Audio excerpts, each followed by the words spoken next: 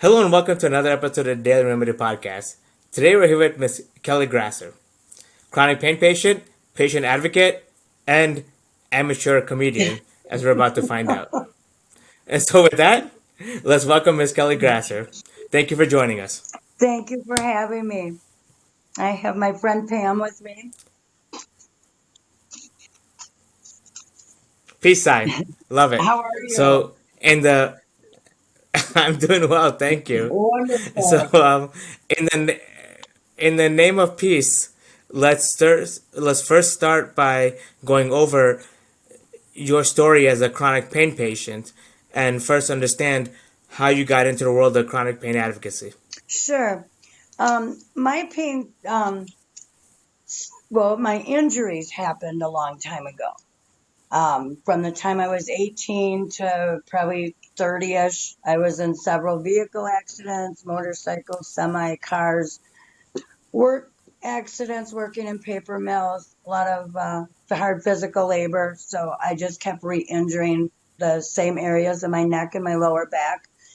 And, I survived it and thought I was okay until I got older. And all of a sudden, of course, I'm still working, and every day is getting more painful and more painful. Didn't even know you could really go to the doctor for pain. Just thought you went there when you had an injury. So I'd go until I'd be in a horrible flare, and I'd go to the ER because I wouldn't know what else to do. And of course, this is all pre 2012, 2009, actually, before that, where they would give you a few pain pills to get through a flare, get you back to work, and everything would be fine till the next one. And that probably went on for a year or two. And finally, the local ER said, you need a doctor. Somebody needs to treat you for this. And that was how I realized I was a pain patient.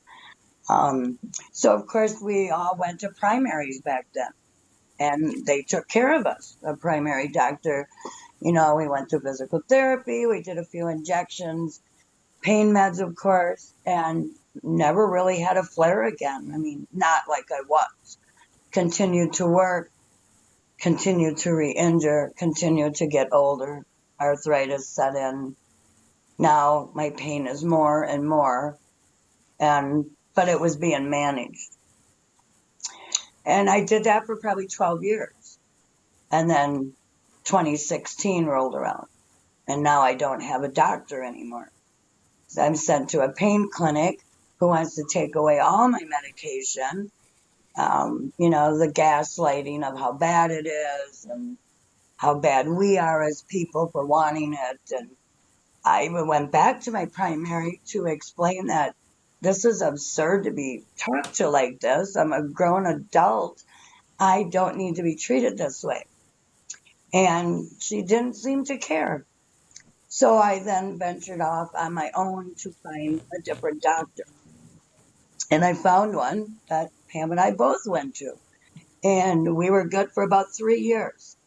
Then COVID came and he retired. So then we had no doctor again. I probably saw 7, 8, possibly 9 doctors before one would take me. So, um, During COVID, during well, COVID, during yeah, COVID, you were yeah. doctor shopping. From March to June of the first COVID, my primary treated me, and then she started tapering me again. And then that's when I went and found I started seeing all these doctors. But because I was on certain medications, some would even see me, some would see me, even went and did new MRIs just to be told, no, we're not going to prescribe anything to you. Yeah, And yeah. So if you have a doctor who's asking for MRIs, that doctor is looking for an excuse not to treat you. Just as a pro tip. see, Um, and I took it let's as it was an old MRI, and maybe they just wanted to see new ones. My other ones were old, so I no, didn't think no, nothing of it. no, no. I get that. Let's talk about two things you had mentioned that I thought were really fascinating. You talked about pain versus injury, and then you talked about when you became this pain patient, even though you were coming to the ER and coming to various physicians for pain related symptoms, but you are not quote unquote a pain patient. So, talk about pain versus injury and when along this continuum of your health experience you became a pain patient, whatever that means. Well, in my eyes, I took it as a pain patient, as a chronic pain patient, that I would need continued care or continued medication to live my life, to keep working. I've always worked and I intend to work. And, without my meds, I won't be working. And I have luckily found a few physicians over the years that they were happy to hear that and were happy to help me um, continue to work. So um, I guess the ER told me I was a pain patient, and that's the first I had ever heard of being a pain patient. And then when the 2016 guidelines came out, then I really learned a lot about it. Do you feel like you were unfairly labeled, or do you feel like you were properly characterized? I guess it's not either or. Hmm. Maybe talk about your experiences Yeah, and how policy and the labeling of policy affects you as a patient. sure. I think pre 2016 was okay that I was labeled because I was receiving care. I was able to have a pretty good life with the regimen I was on. Um, Once that got taken away, it's like the whole phrase or term label of pain patient became negative. I didn't feel it was negative before Yeah. the guidelines. Now it's negative, and most people, they hear pain patient, other clinics, doctors, they don't even want to talk to you. They just expect that you're Yeah. looking for medication. I'm really glad that you phrased it the way you did because I want to ask a question that may appear silly, but I feel is very important, and I Mhm. think you will find important as well. Did the perception of how you were treated, the perception of your condition, a good pain patient, a bad pain patient, pain is good, pain is bad, did that affect the severity of your symptoms, how you characterize your symptoms? Talk about how the outward perception of pain and you as a pain patient dictated how you felt internally. Um, I think pre 2016, I didn't mind it because I was receiving care that helped me. I was no longer concerned about. So I should back up. Before I got the pain care, in like 2009 to 2016, um, I did have several jobs because I was losing jobs over attendance because of my flares. So once I got, I guess, diagnosed or labeled, however you want to say it, but I was getting managed care, I never missed a day again. And to this day, I've almost never missed a day, and it's been over 14 years, except for I've cut back a few hours when I've been without a doctor again, because I have experienced that several times now since 2016. Um, I I now look at it as like, oh no, I'm a pain patient and nobody wants to help me. Where pre 2016, it's like, Oh, I know what's wrong with me.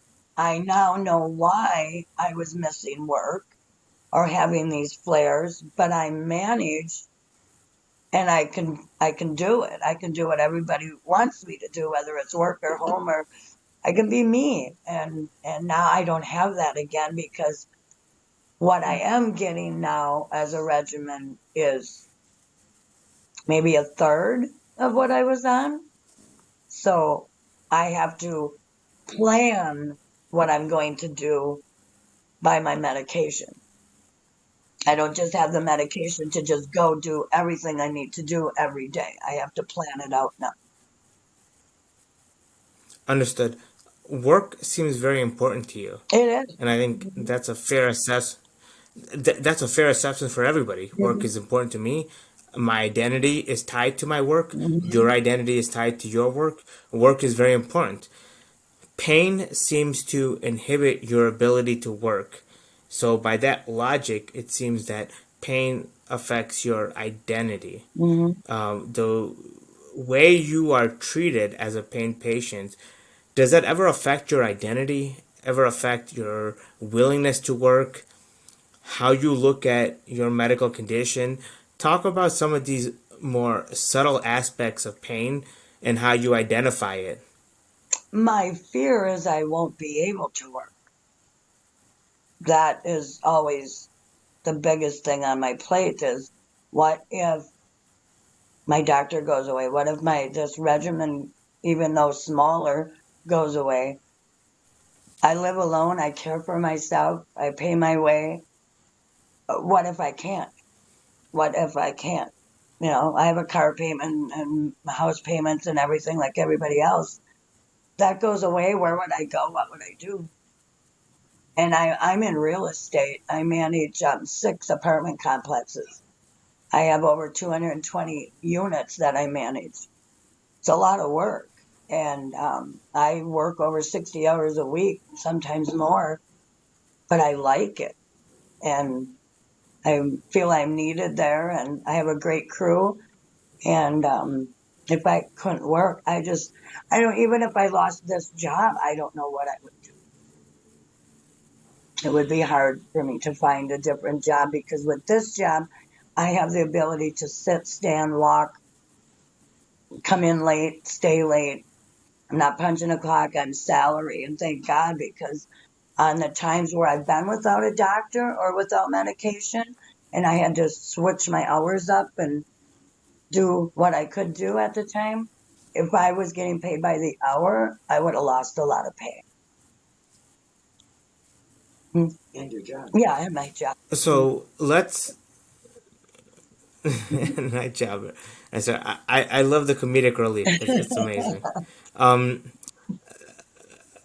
Let me ask a question that might be unfair, but I think you would be a great person to answer it. Mhm. You mentioned your job helps you to accommodate your pain. Is it fair to say that other patients with chronic pain that struggle with work, that struggle with their job, should find similar accommodations? Or do you feel that it was an unfair burden put upon you that you somehow managed to work it out? Talk about pain and working and how you figured it out and how other people struggle to figure it out.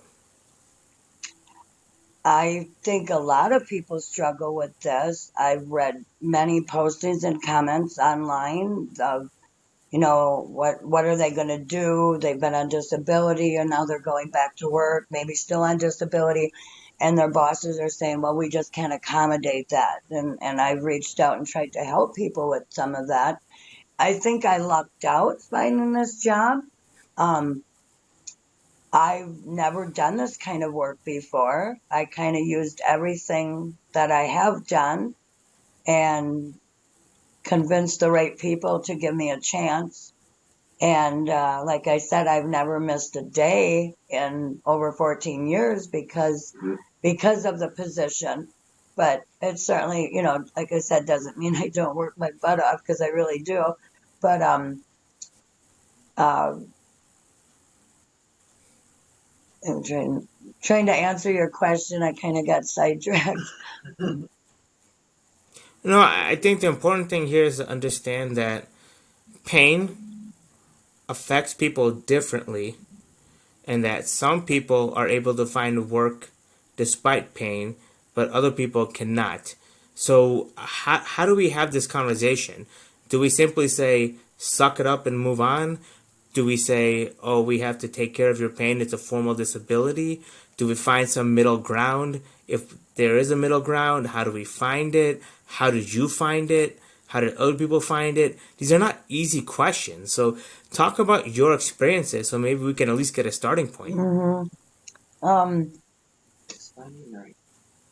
it, I mean, had I not found the right doctor before taking the job, um, I I don't know if I would have even taken the job. I might have still been struggling, looking for something that I could do. Um, but then even once I had the job a couple years into it is when, with the 2016 guideline change. So then I was forced to, figure out, am I going to be able to keep the job? And then again, luckily found a doctor and in a short time actually. Um, but it seems like ever since, 2019 or so, I worry every day or every 3 months when I do go to my physician, am I still going to have a physician? Am I still going to get Yeah. that same prescription? Are those things all going to change? And then how is that going to go back to affecting my job? Um, I think some people might have to change the job up that they're used to doing, but they might find that it's much better for them. Like I said, I probably wouldn't have done this job had I not had the pain. I'd probably still be working in a factory. I've owned businesses too for a while. So I've done a lot of different things. So it kind of fell into this, but I guess people have to, look outside their comfort zone to find comfort, if that makes sense. We kind of No, it makes stay in the same field of employment, um, but might have to just try something new. But how much do you tell an employer about it? Would you really bring it up on an interview? I don't know. did you bring it up on your interview? No, but I have brought it up since. So my supervisor is well aware of my advocacy that I do, and well aware of the pain that I'm in. And they're supportive. They're very supportive of it.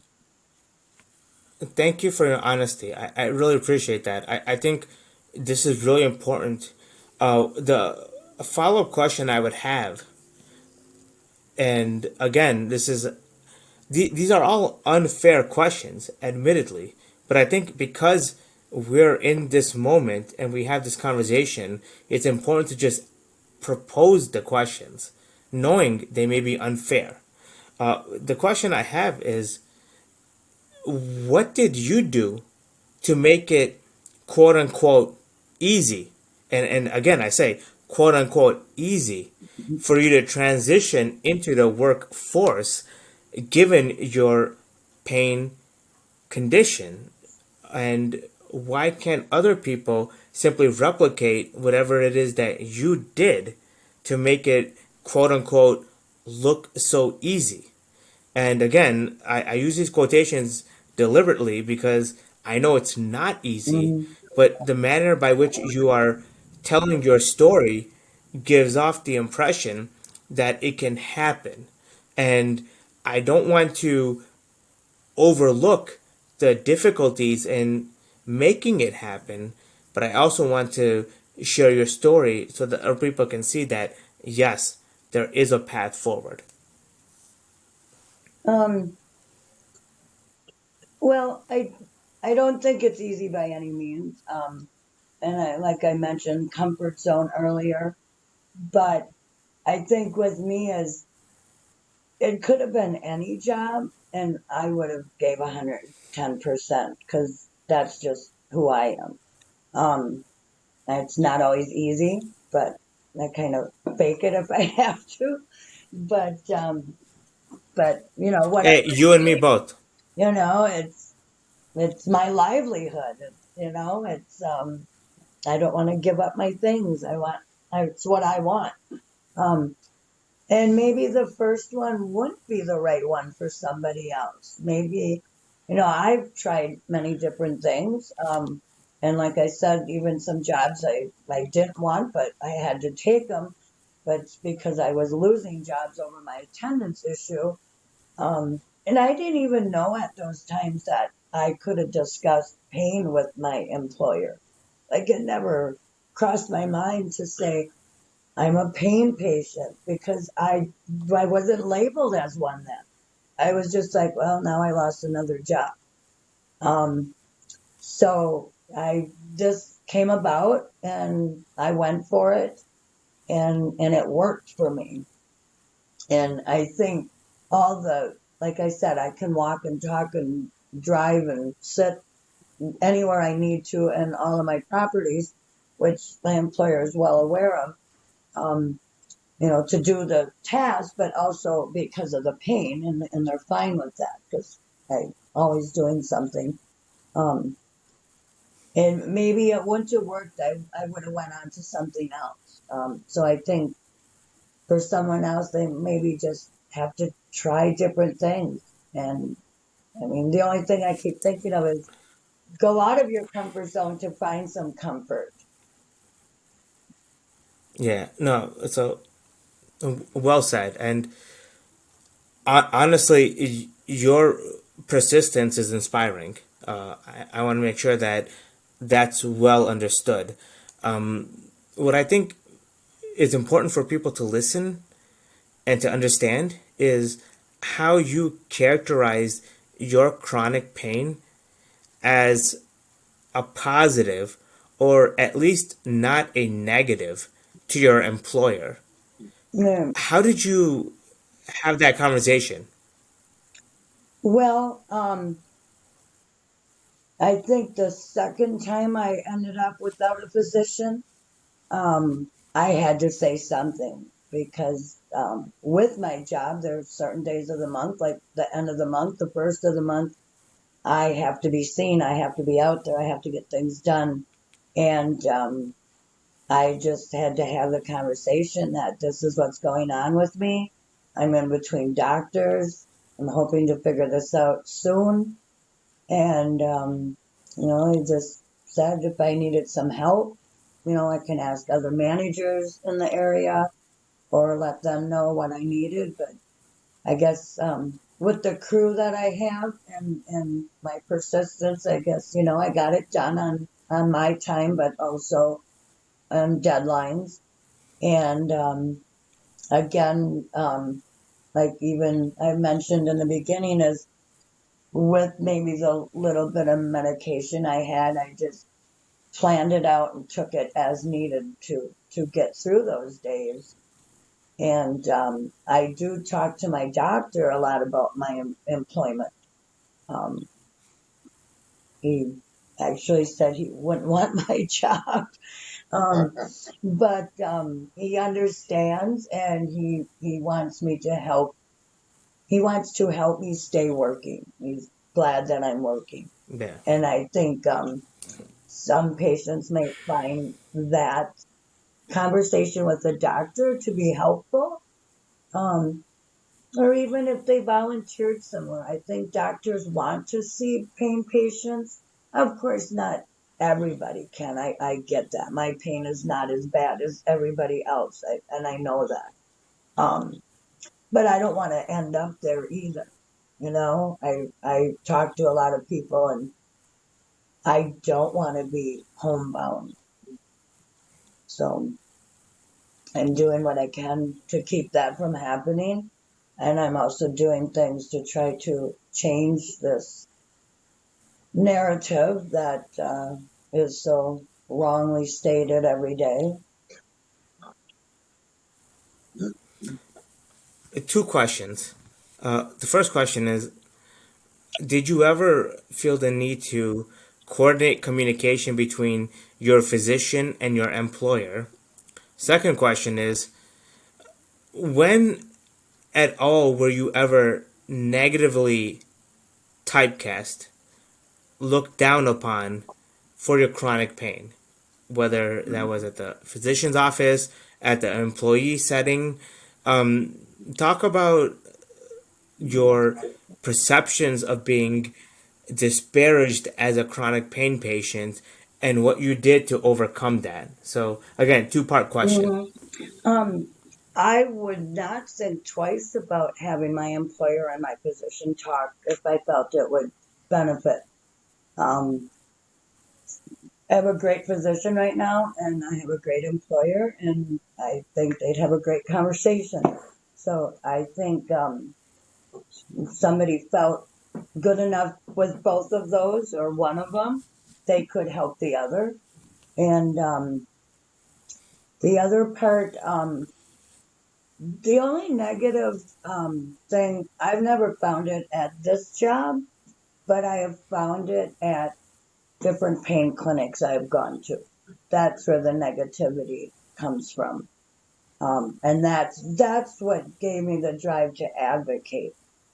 If I just went to a couple different doctors or clinics and everything was fine, um, we probably wouldn't be having this conversation. But the negativity and the downright hurtfulness that the way they speak to some patients is, it's just absurd. There's no reason to talk to another human being like that. I didn't do this to myself. None of us have done this to ourselves. None of us want to be in this position. I would like nothing more than to get up and walk freely and without pain or have to worry about losing a position or losing a job because of it. Those are things that, I think of probably almost every day. And I just don't think we should have to be forced to live like that. There's, you know, it's 2023. It's America. We have other problems. We shouldn't have to worry about whether we're in some pain and whether we can work or not because of the pain being not treated. I think if pain was treated a little bit more fairly, like it used to be, um, I think our workforce would be different. In fact, I am meeting with one of my state representatives in 2 weeks, and that was one of our big topics we're going to talk about is the workforce. If the workforce is so bad, and we have all these pain patients stuck at home, that's a quick, easy fix to get some of them back to work.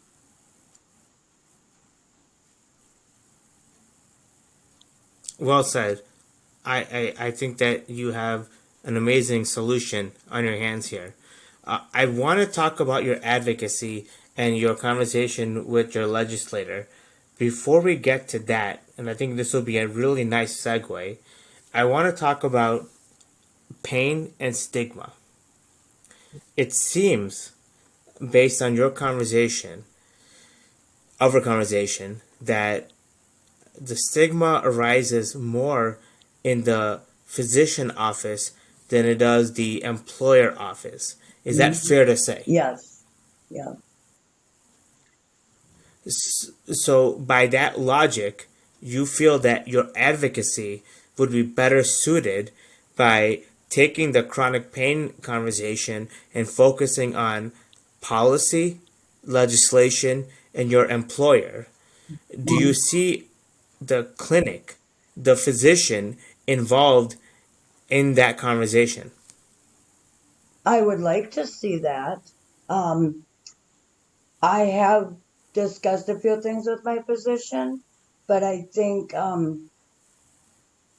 the DEA has such a fear in so many physicians that they won't speak freely what they want to speak about. They don't want to draw any attention to themselves than what's already out there. Um, I think just in talking about the work thing with my doctor, and I would certainly invite him to some of my meetings that I've been to, and I have new scheduled ones. Um, I think he would, but not at this time because he's already getting negative attention that he doesn't want. Yeah, I I can relate. Hmm. Obviously, I think what you're doing is absolutely amazing in that you're connecting chronic pain patients and workforce and identifying a need, an unmet need in the labor force. Hmm. At a policy level, when you talk about the fear and stigma brought on by criminal consequences from DEA and other organizations, what do your legislators say? I mean, obviously, it makes sense. Chronic pain patients, workforce shortage. Uh, the big hindrance, the elephant in the room, is the criminal consequences. Hmm. What do they have to say about all that? Okay. I haven't met with them yet on that. That comes, I'm doing that on May 19th. I've just talked with their offices about it. So I'm not getting the feedback that, they're not speaking for them, but this has been my way to get the meetings of what I want to talk about, and they're willing to talk to me about it. So maybe I can come back and share that What? information. No, I would love it. I mean, it's just I'm enjoying this conversation. I'd love to have you on. Um, again, the question I have though is, what do you say that garners credibility, and what do you avoid saying to lose credibility? How do you navigate these conversations? Well, I have a lot of notes. um, I guess just that there's there's just so many people that did work, um, even if part time, or maybe they even volunteered, and they can't even do that now because of these policies and the the guidelines. That's what it is. It started with those guidelines, and I've actually I did a petition as well, a old school pen and paper petition. I've sent it to 21 government officials, and didn't get a whole lot of feedback. But the one I got from was on the federal level from DC, and she took all my paperwork and sent it directly to the CDC, and they responded to me right away. And this letter I got, which I know other chronic pain patients have gotten letters and in the form emails and whatnot, but this letter states how it's not what they wanted, it's not what they intended. They weren't trying to take anybody out of the workforce. So this letter is kind of my introduction to legislation that this is what I'm looking to. I want them to see it. They keep talking Yeah, about the workforce and the economy, and let's put people back in the workforce. I think it's an amazing argument, and I have to say, the advocates that I've done has netted these letters, and you can argue these letters are whatever, and you can also say that these letters are arguably a validation of Hmm. what you're doing. I choose to think of it as the latter, as I believe you are as well. Hmm. You are surprisingly insightful in your correlations on workforce, chronic pain, what have you. And I think that it's an amazing insight that you have. I'm just curious to see who is resonating with that idea. Is it legislators, policymakers, bureaucrats? Who in your advocacy is taken to your message the most strongly? Well, I met with my governor, and and he just recently campaigned, and workforce is a big thing for him, and And then after the campaign, he had suggested I contact him. Well, I did, but they wanted me to talk to some other people. So that just kind of started like the end of February. So I'm kind of just in the beginning of that. I don't have any real um I don't know, what's the word?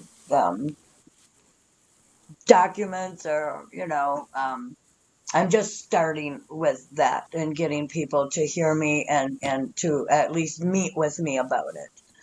Um, like some of my other advocacy Fair enough. was helping patients and going to doctors with patients and doing like one-on-ones where I'm kind of doing this. I mean, I'm doing both, but this is something where I kind of started it last fall, and of course, holidays and weather and all that plays a part, and campaigns and whatnot. So I'm hoping as after May 19th, when I have this, to me is like my big meeting, I'll have some big answers for everybody or the start of something anyway. No, and we would be more than happy to chronicle it here. In speaking to you, you seem to garner a natural credibility. You just appear credible. I don't know if that is the nature of our conversation or whether that's just the testament to who you are and your character. Talk about how that affects your advocacy, how that helps other patients, and how that helps yourself. Your presence, your communication style. It's noteworthy, and I'm curious to see how self aware you are of that. I have been told that, so I appreciate that. Even my physician says I have great conviction, so I want to make sure that I keep that up. Um, it's probably something I've always had. I think my job has a lot to do with it. I represent a lot of people, and I, I guess, advocate through my corporate office with my tenants, I want to be on their side and help them. And again, with the other pain patients that I've worked with and met with, gone to physician appointments with them, we always seem to have good results. So I hope it's my presence and some of my words.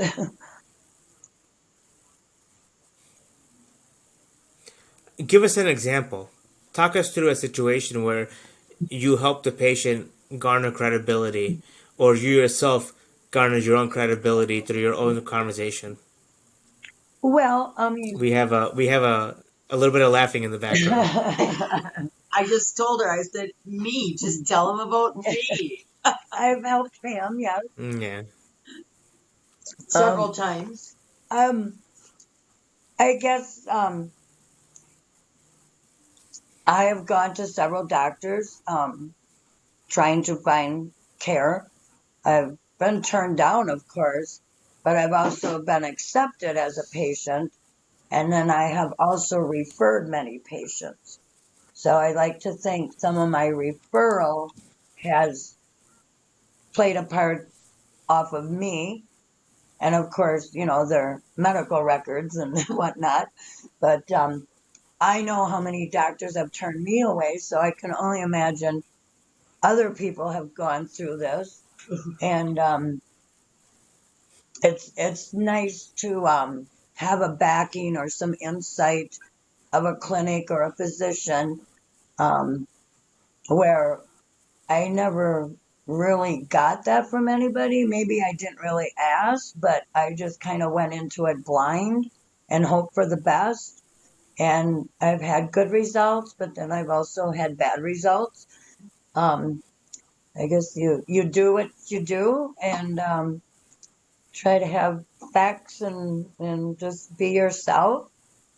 Um, but when I advocate for other people, I like the patient to do the talking. I'm not there to convince anybody, but if they get stuck on something or I like to just kind of break that ice and continue on and bring up, highlights of why this would help them if the doctor would take care of them, a better life that they could have, better life for their family. And I don't know. Pretty much sums it up.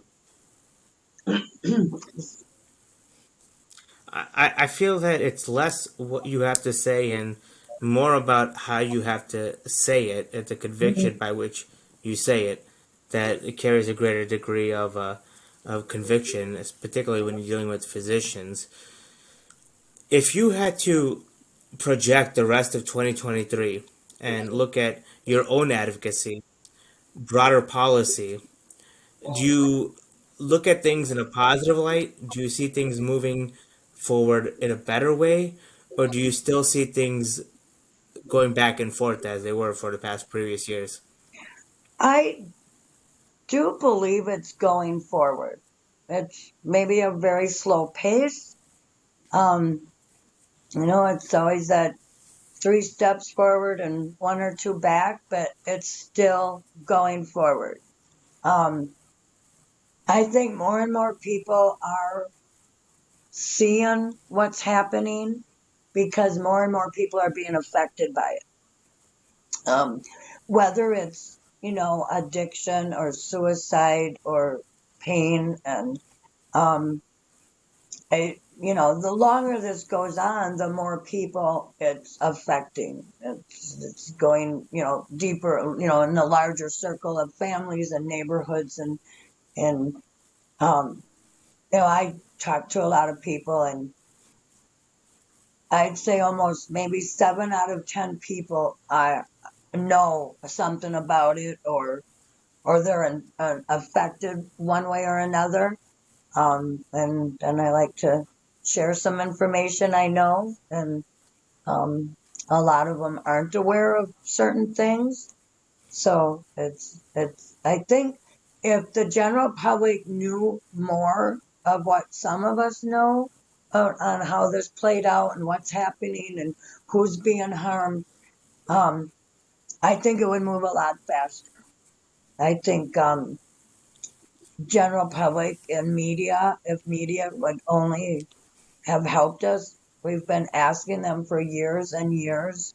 A lot of us have done TV, radio interviews, and then it never gets aired. We get our hopes up that, this Yeah. is going to be the one. And then the news says, oh, well, we had other news. We're not going to play it. We're all talking on Facebook and other social medias. My biggest thing is we need to be talking to other people. We already know what's happening. We can talk about this all day, but let's start sharing it to those who don't know, because you just never know who's going to hear you. And it's just going to take a couple people to hear these messages. That might be our ticket to change things quicker. So, what is it that chronic pain patients can do to garner credibility? Because, as you know, with the media and these narratives, so much of it is mass media credibility. Mhm. What can we do? What can I do? What can you do? What can we do to garner credibility? Well, I mean, just this podcast is something, if we can get more people to listen to this. Media is scary. They change things all the time. They don't quote things properly. Um, they leave off words that change the whole meaning of something. The word illicit was never used for all these years when it should have been. That right there would have saved a lot of things, I think.